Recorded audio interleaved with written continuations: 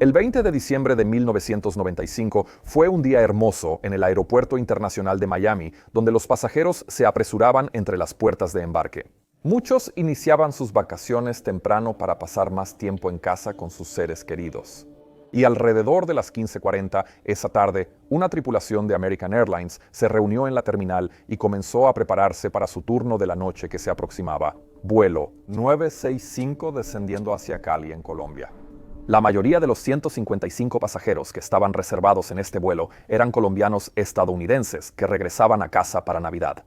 Y ese también era el caso para algunos de los 6 sobrecargos. Ahora al mando del vuelo estaba un capitán de 57 años. Con más de 13,000 horas de vuelo, incluidas 2,260 en el 75 y el 767, que comparten habilitación de tipo común. Era un expiloto de la Fuerza Aérea condecorado, quien había recibido la Cruz de Vuelo por su valentía durante la Guerra de Vietnam. Antes de dejar el ejército en 1969 para iniciar una carrera de 26 años en American Airlines. Su colega en la cabina de vuelo era un primer oficial de 39 años con 5,800 horas en total, incluyendo unas muy respetables 2,286 en el 75 y el 767. También era un expiloto de la Fuerza Aérea que había servido como instructor de vuelo. Y en ese rol, su desempeño ejemplar le había valido el título de Instructor del Año allá en 1985. Ahora, ninguno de estos dos pilotos tenía antecedentes de problemas de entrenamiento, y sus amigos y colegas los describían en términos muy positivos, como pilotos muy competentes, profesionales y excelentes comunicadores. Ambos también completaron el programa de entrenamiento de clase mundial de American Airlines, que incorporaba los últimos avances en gestión de recursos de la tripulación, factores humanos, procedimientos de recuperación ante actitudes anómalas y demás. Ambos estaban asignados a la base de American Airlines en Miami, donde la compañía ubicaba a sus tripulaciones para los servicios rumbo a América Latina. Se ven aviones de American Airlines por todas partes. Los pilotos que iban a servir destinos en Centro y Sudamérica tenían que recibir un entrenamiento especial sobre los aspectos operativos únicos de volar allá, así como las diferencias que esto podía traer en comparación con las operaciones dentro de Estados Unidos. Esto incluía una guía de referencia que detallaba estos riesgos particulares y los requisitos operativos, así como capacitación teórica específica en tierra, que abarcaba temas como la mayor importancia de la conciencia del terreno y la falta de ciertas capacidades de los controladores aéreos. También destacaba los peligros del terreno en Sudamérica, que podían ser peores y más extensos que cualquier cosa que estos pilotos hubieran enfrentado antes. Al mismo tiempo, la cobertura de radar podía ser limitada o inexistente. Además de esto, los controladores aéreos podrían no ser capaces de ayudar con algunos problemas debido a habilidades limitadas en el idioma inglés o simplemente por diferentes prácticas y procedimientos locales. Y el destino al que esta tripulación estaba a punto de operar era un gran ejemplo de algunas de estas dificultades.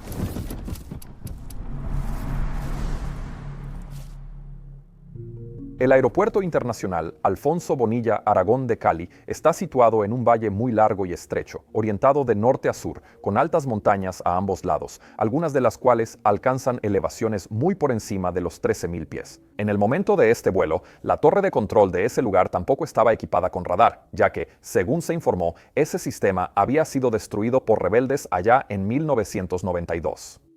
Ahora, el capitán ciertamente estaba al tanto de esto, ya que había volado a Cali 13 veces antes. Pero iba a ser la primera vez del primer oficial allí, así que ahora buscaba al capitán para que le orientara sobre qué esperar. Claro que nada de eso importaría si no podían despegar antes. La salida, que originalmente estaba programada para las 16:40, pronto terminó retrasándose más de media hora. Para permitir que los pasajeros de vuelos de conexión que habían sido afectados por el mal clima invernal en Estados Unidos pudieran llegar. Esto fue especialmente cierto para los vuelos de Nueva York, donde ese mismo día un Boeing 747 de Tower Air se deslizó en una pista helada en JFK, causando retrasos importantes. Mientras esperaban, los pilotos seguían revisando su documentación de despacho, y mostraba que el Boeing 757 que iban a operar estaba en perfecto estado de funcionamiento.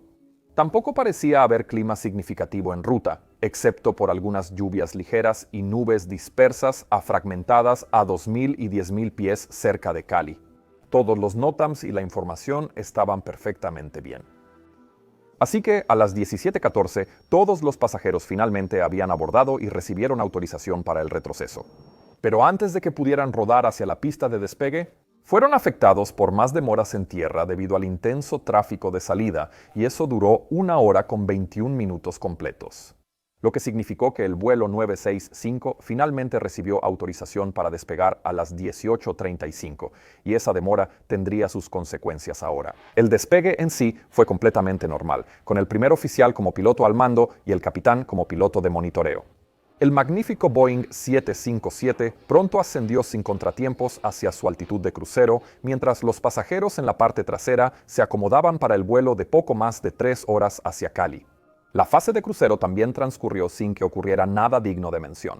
El vuelo cruzó sobre Cuba, luego el Mar Caribe y finalmente entró en el espacio aéreo colombiano, donde los pilotos establecieron contacto con los controladores aéreos, en Barranquilla y luego en Bogotá. La grabación de cabina inició a las 21:19, cuando el vuelo 965 seguía en crucero sobre Bogotá. En ese momento, los pilotos discutían los requisitos de servicio y descanso de la tripulación de cabina. Verás, con ese retraso de salida de casi 2 horas que habían tenido, parecía que no habría suficiente tiempo para que los sobrecargos pudieran descansar lo necesario antes de operar el vuelo de salida a la mañana siguiente. Si ese fuera el caso, entonces el vuelo de salida tendría que retrasarse, lo cual los dos pilotos querían minimizar o evitar, si era posible. Este tipo de problemas es algo con lo que tenemos que lidiar mucho cuando hay retrasos largos. Y es fácil olvidar que cosas como estas pueden ejercer presiones subconscientes sobre los pilotos para apresurar las cosas. Ahora, eso es una amenaza por sí sola, pero más aún en entornos difíciles donde pequeños errores causan grandes consecuencias. Una de las cosas más comunes a las que pueden llevar este tipo de presiones es algo conocido como get there itis, lo cual es básicamente un fuerte deseo de llegar al destino y terminar todo lo más rápido posible. Y eso es incluso si las circunstancias podrían indicar que esa no sería la mejor decisión. Así que, en última instancia, puede llevar a tomar malas decisiones y a saltarse pasos si no eres consciente de ello. Y es especialmente importante estar atento a esto como piloto de monitoreo y como primer oficial, ya que tiende a afectar más al piloto al mando, especialmente si también es el capitán. Incluso con la capacitación moderna en gestión de amenazas y errores, aprendemos a identificar y mitigar este tipo de presión. Puede ser difícil bajar el ritmo y tomarse el tiempo necesario. Es algo muy humano. Habiendo dicho eso, sin embargo, en este punto los pilotos no tenían ninguna razón para apresurarse. Pero aún así vale la pena recordar que este asunto del tiempo de descanso seguía estando presente para ellos. A las 21:13, el capitán le dijo al primer oficial: «Cuando quieras enviar, avísame unos minutos antes por si hay algún problema de idioma». Lo que dejaba claramente en evidencia que, en efecto, estaba pensando con anticipación y era plenamente consciente de que el inglés limitado del controlador y su propio español limitado podían generar algunos problemas. Por supuesto, todos los controladores y pilotos que operan tráfico internacional están obligados a hablar inglés aeronáutico. Pero si no han estudiado el idioma más allá del mínimo indispensable, entonces puede que no sean capaces de comunicarse fuera de las frases estándar, lo que puede causar problemas si algo no sale según lo planeado. Este capitán seguramente sabía que esto podía ocurrir en esta ruta, pues ya la había volado varias veces.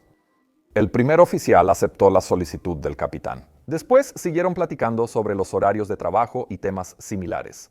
Temas comunes que los pilotos debatimos en la tripulación cuando la carga de trabajo es baja. Dicho esto, en ese punto los pilotos no tenían ningún motivo real para apresurarse. Pero aún así vale la pena recordar que este tema del tiempo de descanso estaba acechándolos. Y ya que estamos hablando de cosas que pueden generar estrés, cuando salgas de viaje en estas próximas vacaciones, no deberías preocuparte por la conectividad ni por tarjetas SIM locales confusas.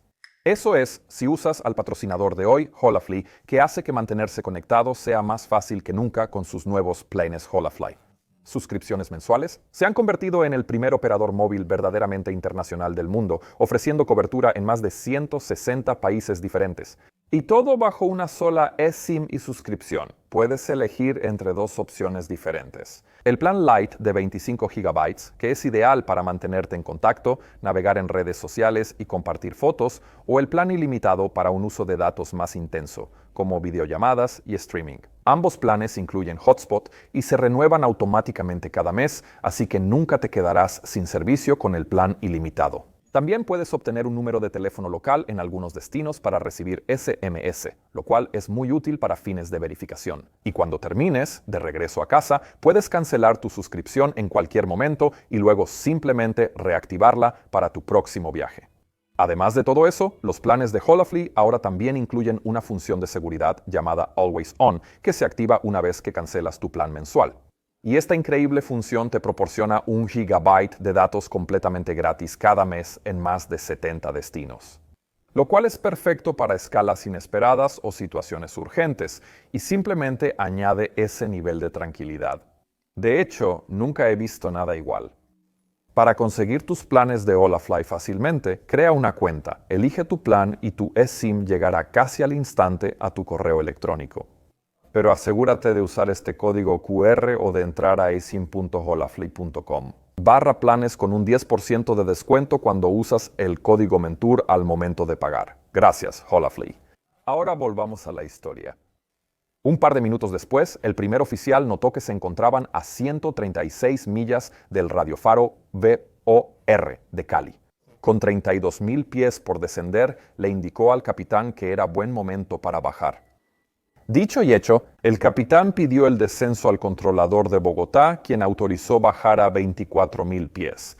Mientras tanto, el primer oficial comenzaba el descenso. El capitán hizo una llamada de rutina al centro de operaciones de American Airlines en Cali para informarles sobre su hora estimada de llegada. Y también para saber en qué puerta podían esperar. Eso es algo que solemos hacer cuando tenemos tiempo extra. Porque saber la puerta a menudo nos da una buena idea de la ruta de rodaje que podemos esperar después. Más tarde, el controlador de operaciones saludó al capitán, le dio la información y confirmó que el clima en Cali era bueno.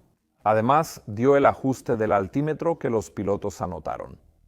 Después de eso, el capitán hizo un anuncio por el PA a los pasajeros con información muy estándar, como la hora de llegada, el clima y demás.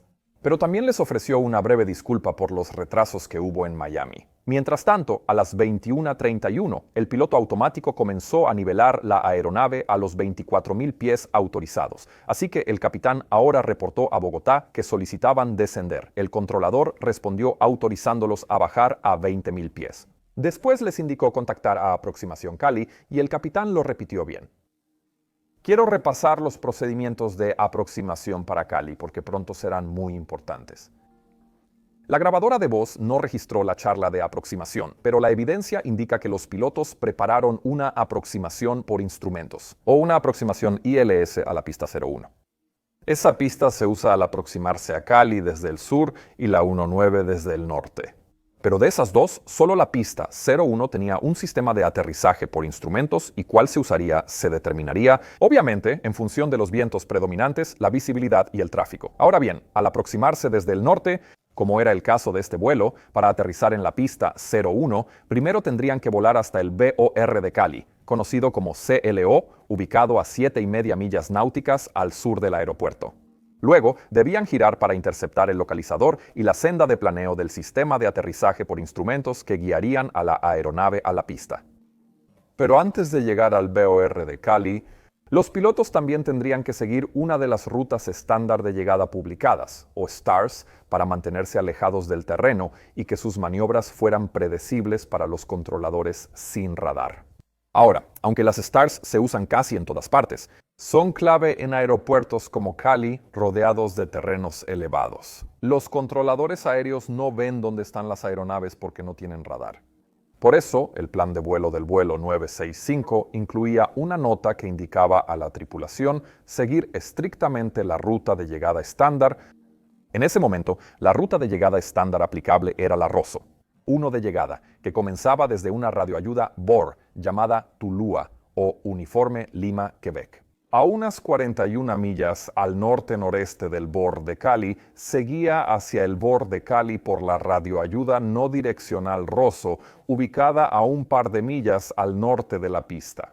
Ahora, al volar esta llegada, era práctica estándar reportar al pasar Tulúa y Rosso, para darle al controlador aéreo una idea del progreso del avión a través del procedimiento. Recuerda eso. De todos modos, tras contactar a Aproximación Cali y reportar su posición, el controlador autorizó al borde Cali y descenso a 15.000 pies. Sin demoras para la aproximación. Reporten borde Tuluá. Lo que quiso decir aquí fue que no había tráfico entre su posición y el borde Cali, así que estaban autorizados a continuar todo el trayecto por la ruta de llegada estándar. Pero cuando el capitán repitió esto, dijo, autorizados directo al borde Cali. Reporte en Tuluá, altitud 15. Esto significaba que hubo un malentendido porque el controlador nunca usó la palabra directo, y esto pronto tendría grandes consecuencias.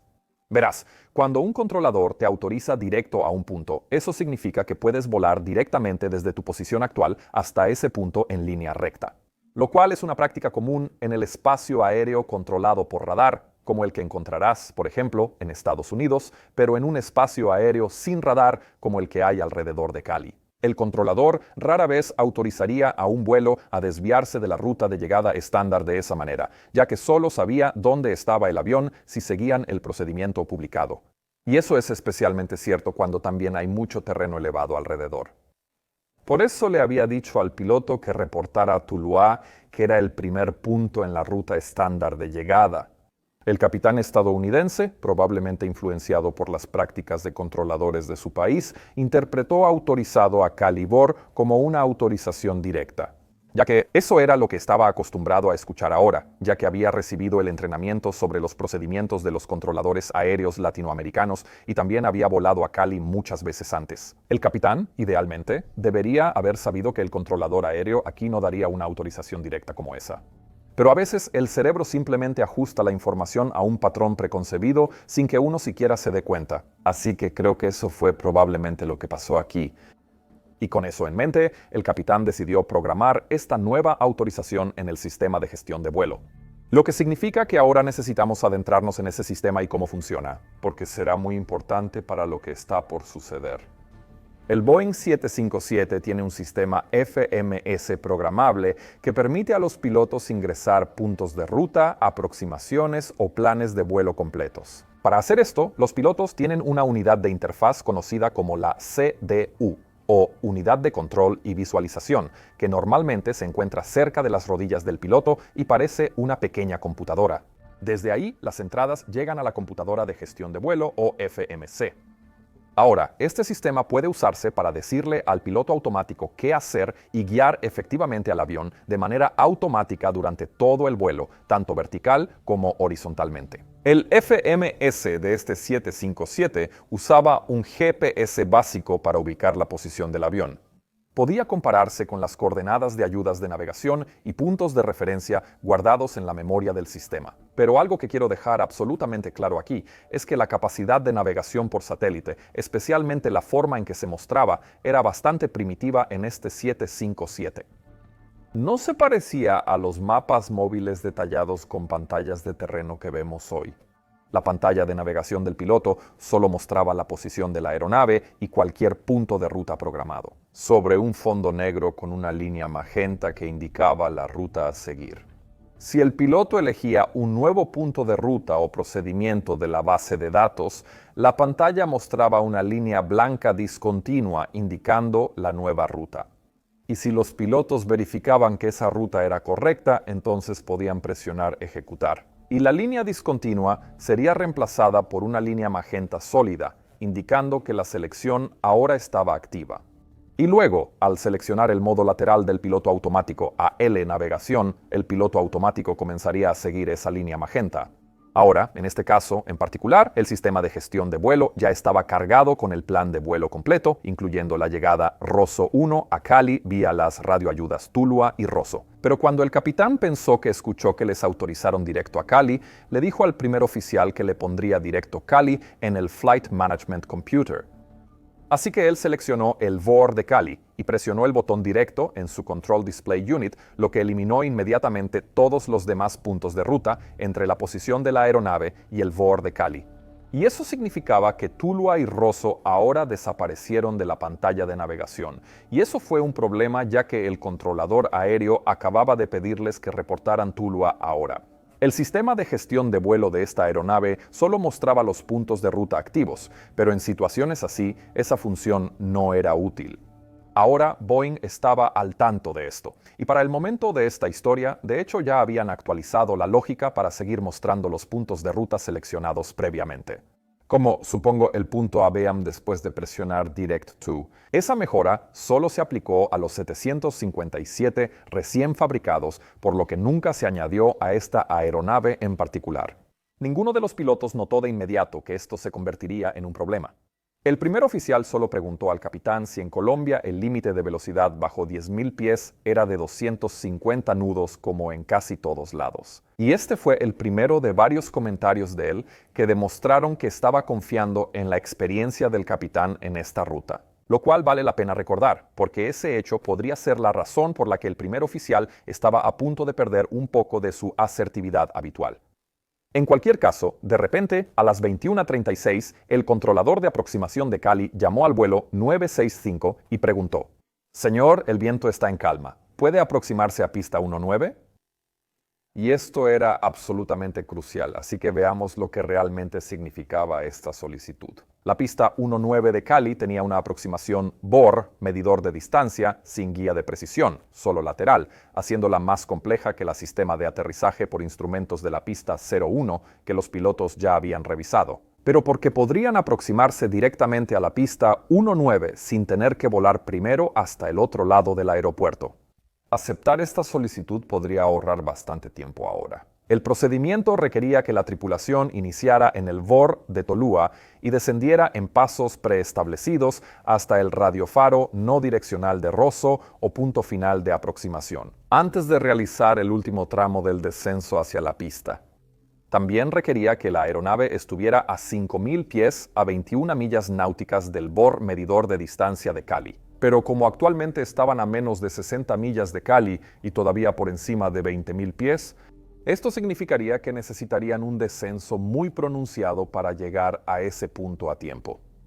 Sin embargo, tan pronto como el controlador aéreo lo sugirió, el capitán le preguntó al primer oficial si estaba de acuerdo, a lo que el primer oficial respondió: «Sí, tendremos que apresurarnos para descender, podemos hacerlo». Ahora, el tiempo que se tomó para tomar esa decisión fue de solo unos 4 segundos, lo cual es realmente rápido, probablemente demasiado rápido, dada la complejidad de la decisión. Verás, no solo estaban cerca, también bastante altos. Tampoco era la aproximación que habían revisado previamente, así que tampoco estaba programada en el FMC. No tenían la carta correcta a la mano, no habían revisado las altitudes mínimas ni los procedimientos de aproximación frustrada de las radioayudas o básicamente nada. Para volar esta aproximación tendrían que hacer lo que mencioné y verificar todo. Recalcular las altitudes, velocidades, perfiles de descenso y distancia de aterrizaje, mientras al mismo tiempo ejecutan y monitorean el descenso. Todo esto mientras informan al controlador aéreo. Ahora, simplemente no había suficiente tiempo para hacer todo eso. A menos que violaran los procedimientos operativos estándar omitiendo algunos de los pasos o pidieran una espera, lo cual echaría a perder todo el propósito del atajo. Entonces, ¿por qué aceptaron esto en primer lugar? Bueno, viéndolo en retrospectiva, probablemente fue una combinación de varios factores. No es raro planear una aproximación larga y luego que te ofrezcan una más corta, si el tráfico es ligero o el clima lo permite. Y normalmente no hay mucha razón para rechazar estas opciones. Así que los pilotos ya estarían bastante acostumbrados a simplemente aceptar este tipo de ofertas. También vale la pena tener en cuenta que probablemente era bastante raro que recibieran una oferta así cuando ya era demasiado tarde para hacer la aproximación.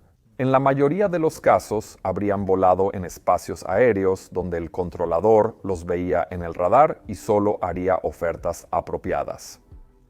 Y además de eso, también estaba esa presión inminente de los límites de tiempo de descanso de la tripulación de cabina, lo que hizo que esta oferta repentina de un atajo pareciera una gran solución parcial o potencial a este problema. Hasta este punto, la carga de trabajo también había sido muy baja. Así que, aunque los pilotos definitivamente sabían que esta aproximación directa aumentaría su carga de trabajo, puede que no hayan apreciado completamente cuánto aumentaría realmente. Ahora, en situaciones como esta, a menos que hayas hecho un briefing previo sobre la posibilidad de un cambio de pista, casi siempre es mejor rechazar este tipo de ofertas. Un atajo como este podría ahorrarte de 5 a 10 minutos en el mejor de los casos, pero también te va a sacar muchas canas nuevas, sin ninguna razón en particular, y nadie jamás te lo va a agradecer. Y eso es bueno recordarlo porque puede ser muy útil para detener la tentación de aceptar atajos arriesgados. En este caso, los pilotos lo aceptaron sabiendo que debían apresurarse para lograrlo, pero probablemente subestimando la verdadera dificultad de lo que ahora enfrentaban. El primer oficial aumentó rápidamente la tasa de descenso y probablemente también desplegó el freno de velocidad para mayor resistencia.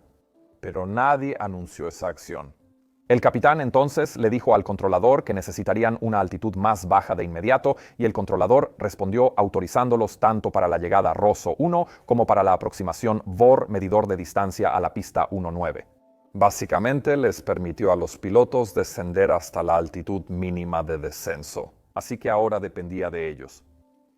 El controlador aéreo insistió en que la tripulación reportara Tulúa, pero el capitán no lo hizo, por lo que el controlador lo repitió. La segunda vez el capitán lo reconoció, y luego también le dijo al primer oficial, «Tengo que darte Tulúa, antes que nada, ¿quieres ir directo a Cali, a Tulúa?» Sonando un poco confundido, y el primer oficial respondió, «Pensé que dijo la llegada 1 Rosso». ¿Recuerdas que el capitán pensaba que tenían autorización directa a Cali? Saltándose Tulúa y cómo los puntos de referencia Tulúa y Rosso habían desaparecido del display de navegación por eso. El capitán claramente fue sorprendido por la solicitud de reportar Tulúa, pero una vez que se dio cuenta de que no estaba en el display, se inclinó sobre su Control Display Unit para intentar volver a poner ese punto de referencia. Y eso fue una distracción justo en el momento en que los pilotos necesitaban estar revisando la carta de aproximación para entender lo que estaban a punto de hacer. Y mientras tanto, el primer oficial tampoco parecía tener una idea clara de cómo Tulúa se relacionaba con la llegada Rosso 1, probablemente porque no la habían revisado, pero también porque las rutas de llegada estándar normalmente se nombran por su primer punto de referencia, que en este caso sería Tulúa, pero la llegada Rosso 1 en realidad estaba nombrada por un punto de referencia intermedio. En respuesta a la pregunta del primer oficial, el capitán dijo, «Sí, lo hizo». ¿Tenemos tiempo para sacar eso? Probablemente ahora se están refiriendo a la carta ruta de llegada estándar. Nadie respondió a eso, pero la grabadora de voz de la empresa sí registró el sonido de papeles al moverse mientras el capitán empezaba a buscar la carta correcta. Le tomó unos 2 segundos encontrarla y después de examinarla durante 13 segundos más, dijo, «Sí, mira, eso sale de ahí, Tulúa». Así que con esa confusión aclarada, ahora, todo lo que necesitaba hacer era volver a poner Tulúa en su pantalla, pero eso no fue lo que terminó haciendo. En cambio, volvió a salir por la radio y preguntó, ¿puede American 965 ir directo a Rosso y luego hacer la llegada de Rosso, señor? Y esa fue una llamada que no tenía absolutamente ningún sentido. ¿No puedes volar a Rosso y luego hacer la llegada a Rosso 1? Porque esa ruta de llegada estándar comienza desde Tulúa y Rosso estaba prácticamente justo al lado de la pista. Ahora, el comentario del capitán sobre salir de Tulúa parecería mostrar que él sabía esto. Pero si lo sabía, ¿por qué haría siquiera ese tipo de solicitud? Bueno, sin saber exactamente qué estaba viendo, es imposible para nosotros especular al respecto. Pero podría haberse estado refiriendo a algo completamente diferente y aún operaba bajo la suposición de que Rosso era el punto de inicio de la llegada Rosso 1. Si ese fuera el caso, entonces podría haber pensado que recibir una autorización directa a Rosso, omitiendo Tulúa, reduciría su carga de trabajo, al quitar la necesidad de programar ese punto. Pero, por supuesto, el controlador aéreo no tenía idea de por qué los pilotos querrían hacer esto, y tampoco tenía las habilidades en inglés para explicar por qué. No tenía sentido, así que en su lugar simplemente repitió la autorización original para volar la llegada Rosso 1 y aterrizar en la pista 19. Tras que el capitán repitió esto, el controlador aéreo volvió a pedir que reportaran Tulúa y el punto de 21 millas a 5.000 pies, lo cual el capitán repitió. Pero ahora empezaba a confundirse cada vez más. El primer oficial preguntó si ya estaban autorizados a descender a 5.000 pies, a lo que el capitán respondió, «Así es». y fuera de Rosso, que voy a sintonizar aquí a ver qué obtengo. Esto indica que él aún creía que la llegada de uno a Rosso empezaba en Rosso, pero dado que él ya había volado a Cali 13 veces antes, debería haber sabido que ese no era el caso. Existe la posibilidad de que, por el tiempo comprimido y falta de una sesión informativa, él empezara a confundir nombres, ubicaciones y distancias. Así que lo siguiente que intentó fue mostrar el punto Rosso en su pantalla de navegación. Y eso terminaría siendo el siguiente gran punto de inflexión en esta historia. Verás, la forma en que los pilotos normalmente muestran los puntos de navegación desde la base de datos del sistema de gestión de vuelo es ingresando un identificador, básicamente una letra o grupo de letras que corresponde a esa ayuda de navegación. En radiobalizas no direccionales como Rosso, el identificador solía ser una sola letra para distinguirlas. Cada radiofaro no direccional en la base de datos tenía su nombre completo almacenado como una cadena iniciando con el identificador. Luego, el código COWO del país en el que se encontraba, seguido de su frecuencia. Así que, en el caso de Rosso, ese identificador era solo R, como en Romeo. Pero resulta que en Colombia, en ese momento, el gobierno había asignado a dos radiofaro no direccional diferentes el mismo identificador, R, y ambos también transmitían en la misma frecuencia 274 kHz. Así que esto significaba que el esquema de nombres utilizado en la base de datos no podía diferenciarlos. Y eso también significaba que Jeppesen, la compañía que hace la carta de aproximación, al desarrollar esta base de datos, debió usar un protocolo distinto para diferenciar los radiofaros de esta categoría especial. Y la manera en que lo hicieron fue usando este identificador de una sola letra. Si un radiofaro no direccional estaba en un aeropuerto más importante, el radiofaro no direccional menos relevante recibía un nuevo identificador, que simplemente era el nombre completo de la baliza escrito, y ese fue el caso con Rosso. Todo esto significaba que, en este caso, la carta de aproximación mostraba que el radiofaro no direccional de Rosso tenía el identificador R, pero en la base de datos del sistema de gestión de vuelo, este identificador correspondía al radiofaro no direccional Romeo, cerca de Bogotá. Así que, para ingresar Rosso en la ruta, los pilotos habrían tenido que escribir Romeo, Oscar, Zulu, Oscar, Rosso. Es probable que el capitán no hubiera visto esto antes en sus vuelos a Cali, pues normalmente Rosso se habría incluido en el procedimiento de aproximación preprogramado. Así que era probable que él no tuviera idea de este caso especial. Y ninguno de los pilotos había recibido entrenamiento específico de Jeppesen que cubriera estos casos límite en la lógica del sistema de gestión de vuelo. Así que esto significaba que lo que el capitán estaba acostumbrado a hacer era que podía simplemente ingresar el identificador de una letra en el Control Display Unit. Luego, la baliza más cercana con ese identificador se mostraba primero en la lista desplegable. Y como el 99% de las veces, la baliza más cercana también era la que él quería, se había vuelto casi un acto reflejo simplemente seleccionar el resultado de la parte superior de esa lista e ingresarlo. Los procedimientos operativos estándar aún exigían que ambos pilotos verificaran la baliza seleccionada, pero el capitán ahora tenía prisa y además tenía muchas otras tareas por delante. Así que solo escribió R, seleccionó instintivamente el primer resultado y luego presionó ejecutar sin verificar. Ahora, no creo que haya omitido esa verificación conscientemente. En cambio, eso probablemente estaba ocurriendo aquí debido al aumento de la carga de trabajo. Y debido a eso, los pilotos probablemente empezaron instintivamente a dejar de lado ciertas tareas. Las tareas que primero se descuidan suelen ser las de monitoreo, como la verificación cruzada y el escaneo de instrumentos, no las tareas activas como seleccionar en el piloto automático o ingresar comandos de control. Pero todo esto significaba que el capitán ahora no se dio cuenta de que había seleccionado una baliza que estaba a 132 millas náuticas al noreste de su posición, y tampoco miró su pantalla de navegación para ver que la línea magenta ahora los estaba llevando a una vuelta de más de 90 grados a la izquierda. Solo le dijo al primer oficial 21 millas a 5000 parte de la aproximación. Y luego empezó a sintonizar la frecuencia del VOR de Tulúa en una de las radios Very High Frequency navegación del avión. Ahora, probablemente quería hacer esto para poder informar cuando pasaran al costado de Tulúa, como el controlador aéreo lo había solicitado, aunque no tenía intención de volar realmente hacia allá. Mientras esto sucedía y el primer oficial revisaba la aproximación, ninguno de los pilotos no notaron que el piloto automático ahora estaba ejecutando ese giro de 90 grados a la izquierda, aunque los cuernos de mando y los instrumentos definitivamente se estaban moviendo justo frente a sus ojos. Es difícil entender cómo pasaron esto por alto, pero nosotros estamos aquí con la ventaja de ver toda la imagen completa y también de repasar todo paso a paso. En realidad, solo habían pasado 2 minutos desde que el controlador ofreció la pista 19. Así que vale la pena tener eso en mente y recordar cuántas cosas de las que he hablado desde entonces.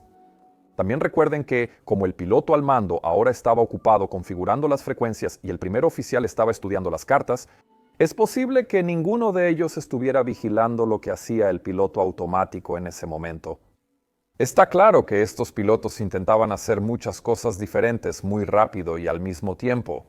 Y para mostrar cómo eso puede afectar, quiero que ustedes allá afuera hagan algo muy importante. Y es que cuenten cuántas veces estas pelotas de golf salen de mis manos mientras las hago malabares. ¿Listos? Adelante.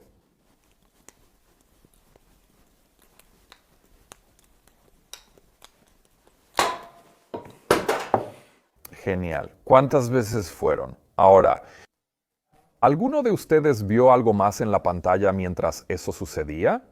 Regresen y échenle un vistazo. De todos modos, mientras el avión giraba, el controlador llamó y pidió su distancia desde el BOR de Cali.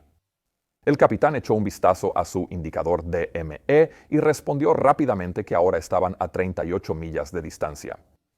3 segundos después, posiblemente al notar que seguían girando a la izquierda, el primer oficial dijo de repente, ¿A dónde estamos saliendo? Y el capitán respondió, vamos directo a Tulua. Primero que nada, está bien, pero el primer oficial volvió a agregar, sí, pero ¿hacia dónde vamos?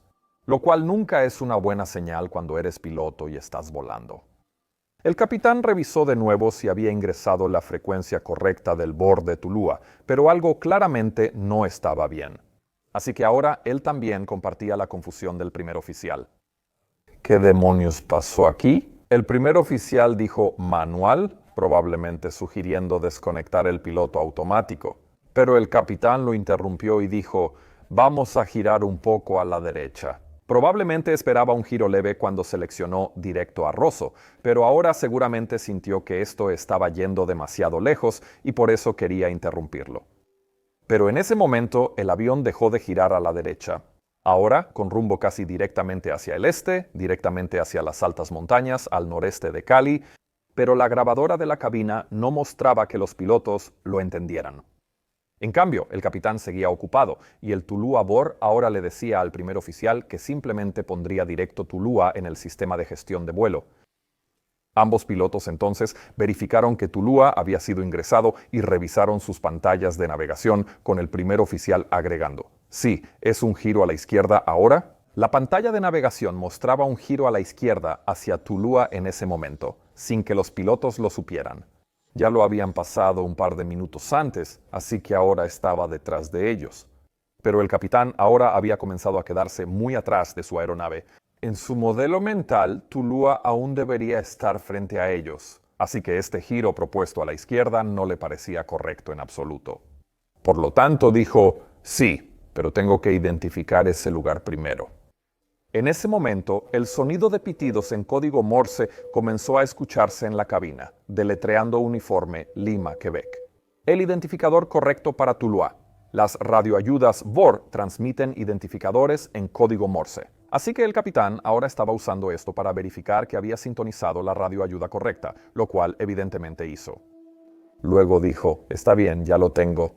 17.7 simplemente no se ve bien en el mío, no sé por qué. Sin embargo, el primer oficial tomó la pantalla del FMS al pie de la letra y nuevamente afirmó que tendrían que girar a la izquierda para regresar hacia Tulua.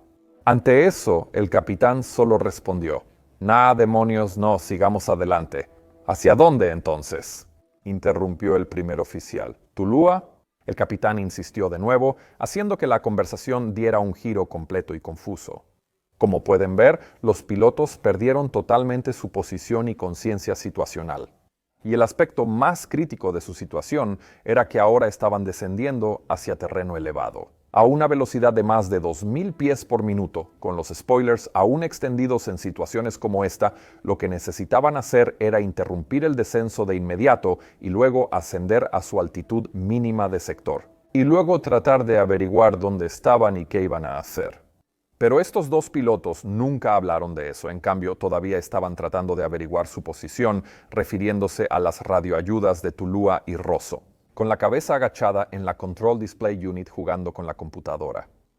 Ahora, el informe final contiene mucha información sobre por qué los pilotos quizá no consideraron la presencia del terreno elevado a su alrededor. Como que los contadores de terreno no aparecían en la carta Jeppesen para Cali, o que el capitán siempre volaba a Cali de noche, o quizá se acostumbró a volar cerca de montañas y se volvió algo complaciente. Pero personalmente creo que el factor más importante aquí probablemente fue la fijación o el enfoque excesivo de la atención. Verás, ambos pilotos estaban completamente ocupados por la necesidad de evitar un obstáculo percibido. En este caso, si el Flight Management Computer estaba mostrando Tulúa correctamente o no, y eso fue a costa de todas las demás consideraciones. El primer oficial sugería que debían confiar en el sistema de gestión de vuelo, mientras que el capitán argumentaba que no debían hacerlo, cuando en realidad esas eran completamente las preguntas equivocadas que hacer. Aunque la automatización compleja como el sistema de gestión de vuelo suele reducir la carga de trabajo, bajo ciertas condiciones de eventos rápidos y peligrosos puede aumentarla. En su lugar, que era justo lo que pasaba ahora. Una forma de decirlo, cortesía del capitán instructor de American Airlines Warren Vanderberg, es que no intentarías programar el sistema de gestión de vuelo para tratar de evitar una colisión en el aire, ¿verdad? Simplemente tomarías los controles y evitarías el otro avión, ¿cierto? Bueno, nos enseñan que cuando una situación se está saliendo de control como esta, la respuesta correcta suele ser reducir el nivel de automatización. Volver a lo básico y simplemente volar el avión hasta estar a salvo. Después de todo, como dice la regla de oro de la aviación, volar, navegar y comunicar, y ahí volar sigue estando antes que navegar. Pero llegar a esa conclusión requiere reconocer que la situación se está volviendo insegura en primer lugar, que es la parte realmente difícil. Cosas como la gestión de recursos de la tripulación, la gestión de amenazas y errores, y así sucesivamente, son excelentes para asegurarse de que no pierdas la conciencia situacional en primer lugar. Pero una vez que la has perdido, puede ser muy difícil recuperarla, o incluso darte cuenta de que la has perdido en ese momento. Las transcripciones del CVR sugieren que el primer oficial sabía que algo andaba mal. Quizá incluso sentía que deberían estar haciendo algo diferente de lo que sugería el capitán.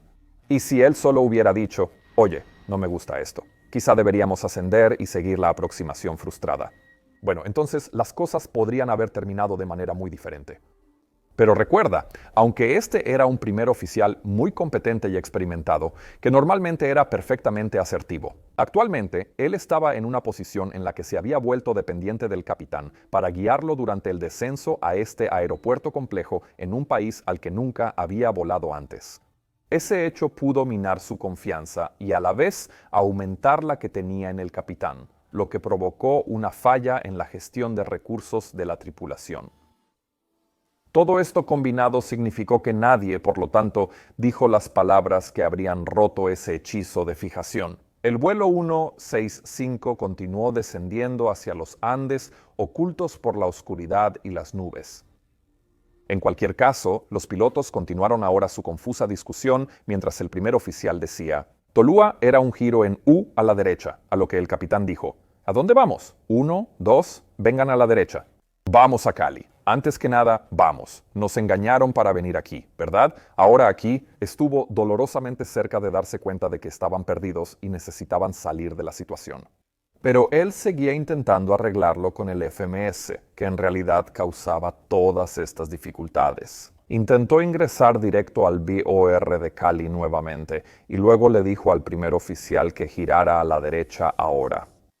En ese momento, el primer oficial ya había usado el modo de selección de rumbo del piloto automático para girar a la derecha, revirtiendo el giro inicial erróneo a la izquierda y de hecho reduciendo un nivel de automatización, lo cual era lo correcto.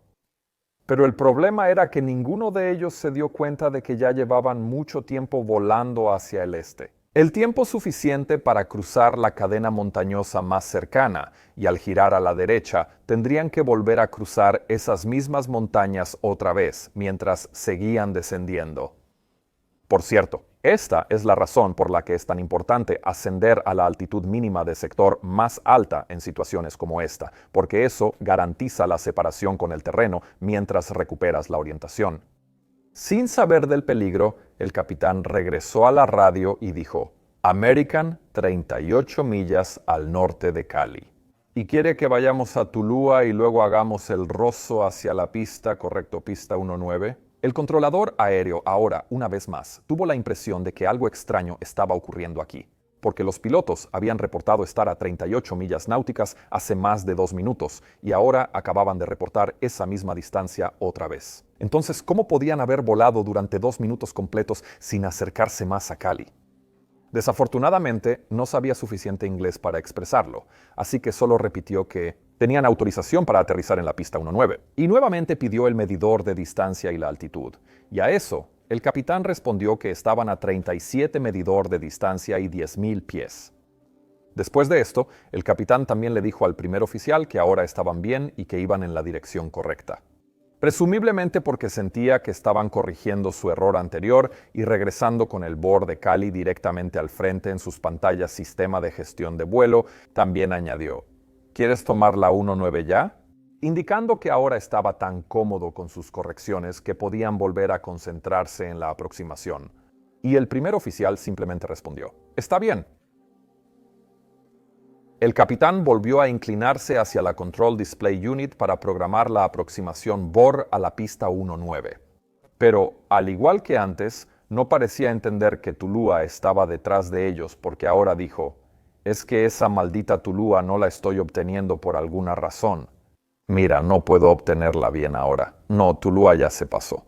Pero no puedo ponerla en la caja, aunque sí puedo ponerla en la caja si la quieres. El primer oficial respondió: no quiero a Tulúa. Vamos a la línea central extendida de, que es Rosso, respondió correctamente el capitán. ¿Por qué no vas directo a Rosso?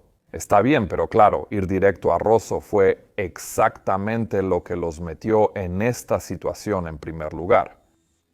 Pero el capitán, de todos modos, anunció que iba a poner Rosso en su Control Display Unit y el primer oficial le dijo. Al mismo tiempo, reajustaron sus altímetros para pasar de presión estándar a local, pues descendían por debajo de 10,000 pies. En la torre de control, el controlador aéreo percibió que algo no estaba bien con el vuelo 965. Tras pensarlo un minuto, se le ocurrió cómo verificarlo usando su inglés limitado. Primero, les pidió su altitud, a lo que el capitán respondió 9,000 pies, y luego les preguntó su distancia, esperando verificar si su altitud y distancia coincidían o si tal vez estaban demasiado bajos. Pero nunca recibió una respuesta porque en ese momento, de repente, todo se salió de control en la cabina. A las 21:41:15, el sistema de advertencia de proximidad al suelo del 757 detectó una tasa de acercamiento excesiva, activando su voz automatizada a todo volumen. Terreno, suba. Desafortunadamente, este no era un sistema moderno de advertencia mejorada de proximidad al suelo, así que no había podido detectar eso. El avión ya llevaba más de 1 minuto volando hacia esta montaña. Él solo podía percibir que la ladera de la montaña ahora se elevaba hacia ellos. Y esto también significaba que había muy poco tiempo para hacer algo. Pero ambos pilotos reaccionaron casi de inmediato, con el primer oficial tirando bruscamente del cuerno de mando y el capitán empujando las palancas de empuje hasta el máximo. Pero en la confusión nadie recordó que los spoilers seguían desplegados. ¿Recuerdas esos? Probablemente no, ¿verdad? En muchas aerolíneas es política mantener una mano sobre estos spoilers siempre que estén en uso, y eso se hace específicamente para no olvidar que están extendidos. Pero ese no era el caso en Aerolíneas Americanas en 1995. Y para empeorar, retraer los spoilers tampoco era parte de los procedimientos de memoria para una maniobra de escape de terreno en ese entonces. En cambio, esos procedimientos de memoria solo incluían aplicar take-off go-around, levantar el morro hasta que el stick shaker advierta pérdida de forma intermitente y mantener esa actitud hasta liberar el terreno. El objetivo de este procedimiento era, y sigue siendo, intentar obtener el máximo rendimiento de ascenso del avión. Pero, por supuesto, si los spoilers están desplegados cuando haces esto, el rendimiento se verá gravemente afectado. En el calor del momento, con las alarmas sonando como piloto, solo recurrirás a las rutinas de práctica y elementos de memoria. Y en este caso, eso significó que los spoilers extendidos fueron completamente olvidados. Y eso resultó ser el último eslabón en una larga y horrible cadena de eventos. Pocos segundos después de activarse el GPWS, el primer oficial jaló el cuerno de mando hasta llegar al stick shaker. Si continuaba, la aeronave entraría en pérdida. Ahora, la posición intermitente del stick shaker indicaba el ascenso máximo posible, por lo que, según su entrenamiento, ahora intentó mantener ese cabeceo en un intento desesperado por evitar la montaña frente a él que aún no podía ver. Mientras el GPWS seguía sonando, el capitán gritaba palabras de aliento como «¡Sube, nena!» y «Tranquilo, tranquilo».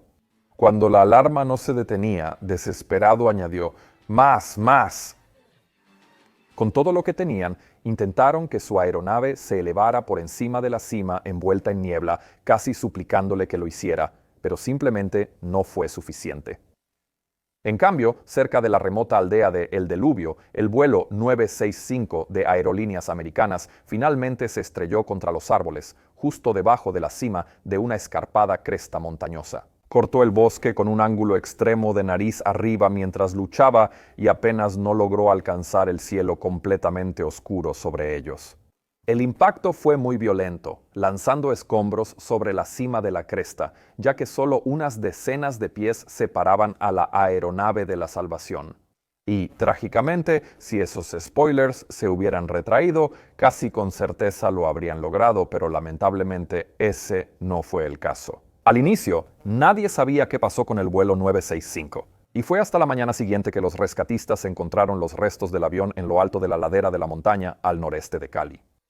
Los rescatistas no creían hallar sobrevivientes, pero cuando llegaron se encontraron con la increíble escena de una persona de pie entre los restos del avión, saludándolos y pidiendo ayuda. Tras una angustiosa operación de rescate, el equipo de emergencia solo salvó a 4 pasajeros y un perro, los únicos sobrevivientes de los 163 a bordo. Este accidente se volvió un caso emblemático en la aviación, usado para enseñar a pilotos sobre automatización, dependencia, conciencia situacional y gestión de recursos de la tripulación, CRM.